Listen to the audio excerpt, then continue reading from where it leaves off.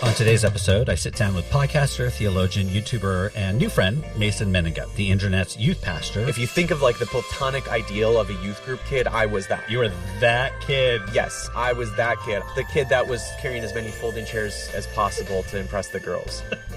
Did you sit in chairs backwards too? You know, it always blows my mind that there are people who grew up very progressive Christian, that are still very Christian, and don't have, like, let's say, for example, purity culture trauma. Like, that just blows my mind that those people exist. The unicorns. We are the unicorns. Wait, is that the lie or the truth? I want to talk to a post-evangelical who gets a lot of shit. I remember starting to have this difference with my parents where I'm like, you know what? Like, who is the government to say, like, who you can and cannot marry? I never wavered around the idea that I thought I was really called to work with people in ministry. Anytime somebody says water buffalo, of course, this song comes into my mind. And pirates too.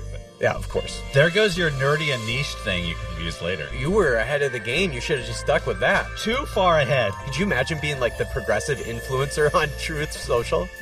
If there's anything to know about Bruce, it's that he's secretly a nationalist.